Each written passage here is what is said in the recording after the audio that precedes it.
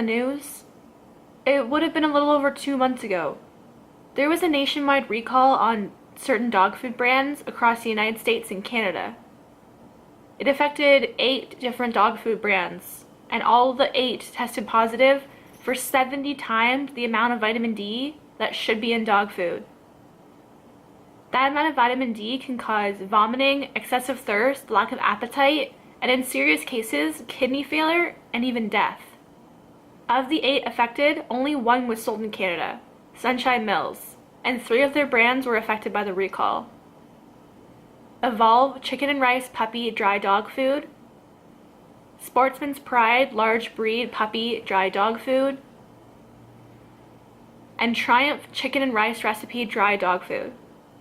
All of them had a best before date of November 1st through November 8th. So do you remember it? Maybe you saw it on the news, maybe you read it in the paper, but you definitely wouldn't have heard of it from the Canadian Food Inspection Agency. That's because they don't regulate dog food, and they have no authority to issue a nationwide recall. The recall was issued in the United States, just not in Canada. Canada leaves it up to the pet food manufacturers to issue recalls if there's ever an issue with pet food. Now, thankfully, Sunshine Mills did confirm that one of their affected pet foods was sold in Canada, and they voluntarily recalled it. But isn't it dangerous that we're just expecting that large dog food companies are going to voluntarily recall their product if there's a suspected issue with them? So, does this mean that dog food in Canada is just not regulated? It is, in some ways. So the Canadian Food Inspection Agency does regulate pet food imports that come from another country, most generally the United States, and they do this to prevent animal diseases from coming into Canada. But what about pet food manufactured in Canada and sold in Canada? How is that even regulated? So all Canadian pet food manufactured in Canada are subject to current regulations by the Canadian Food Inspection Agency. So this means that it's illegal for any specified risk material to be fed to pets through their pet food. And specified risk material is basically any tissue that comes from an animal which might be infected with BSE causing prions. This in layman terms is mad cow disease. So this includes things like brain, eye, spinal cord, and other infected organs. And that's great. Good job, Canada. Don't really want that in my pet's food. But are there any other regulations?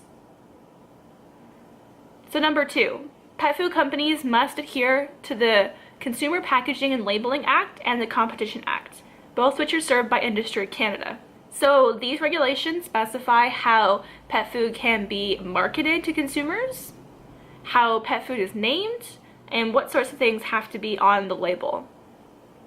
Now, there's actually only 3 mandatory things that have to be on a pet food label.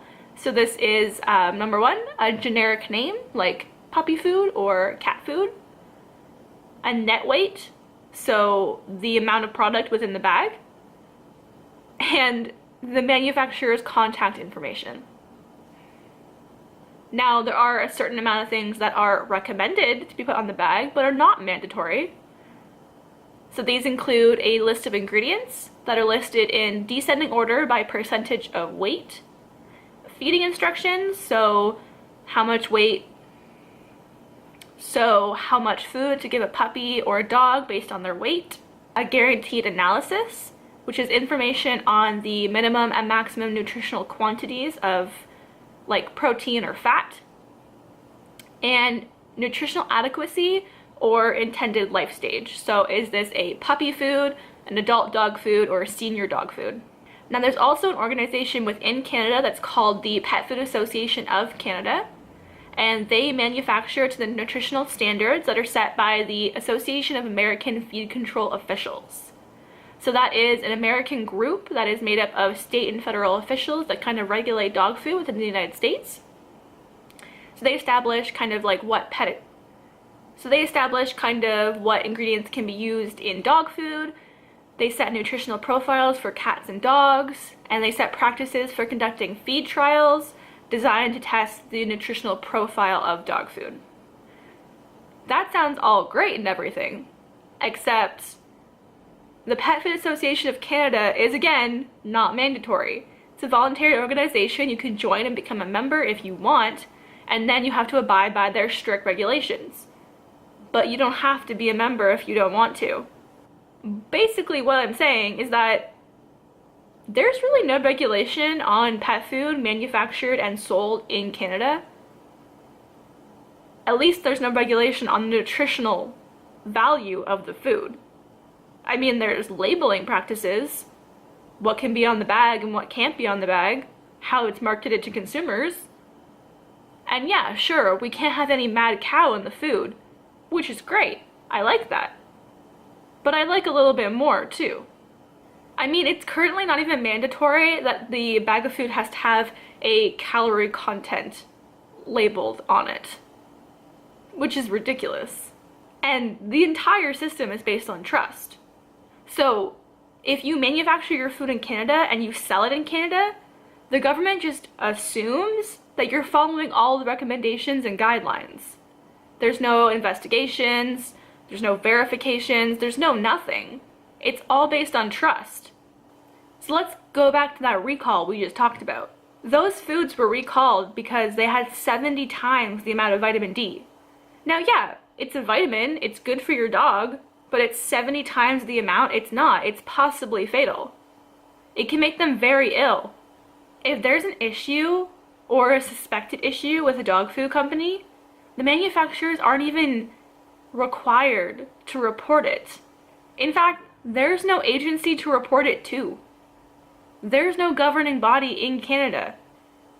They can't report it to the Canadian Food Inspection Agency because they have no control over dog food. And this entire concept is so dangerous because this puts pets at risk for illness and even death. Because if there's a problem or a recall with a specific pet food, the manufacturers aren't required to recall it. They have to do so because they want to.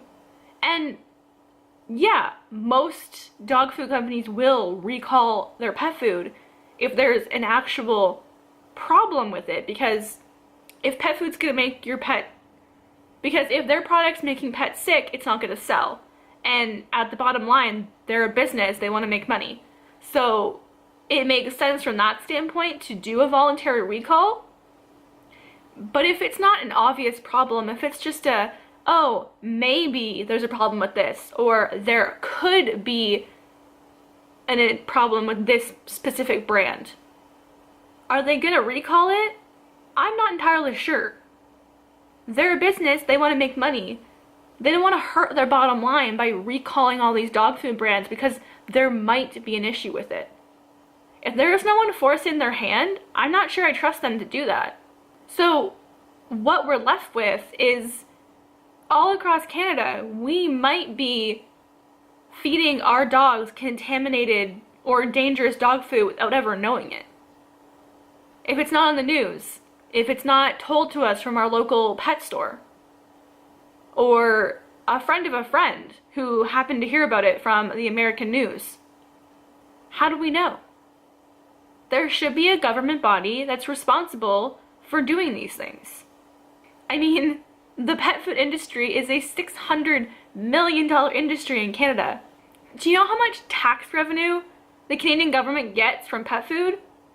But they can't be bothered to regulate it? So here we are. Bottom line, all pet food recalls in Canada are at the sole discretion of the pet food company, and all regulation on pet food manufactured and sold in Canada, if it's not about labeling or about mad cow disease, it remains simply a guideline or a recommendation, not mandatory. It operates on a completely trust basis. There's no inspections, there's no verifications, there's nothing. Check all the boxes, we'll just believe you, and we'll send it out to market. So where are we left?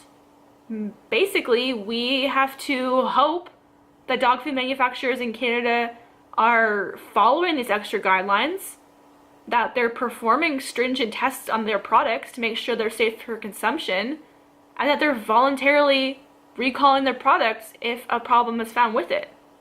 Can we trust these big pet food companies to do this? Right now, unless the government steps in, we have to. It's our only option.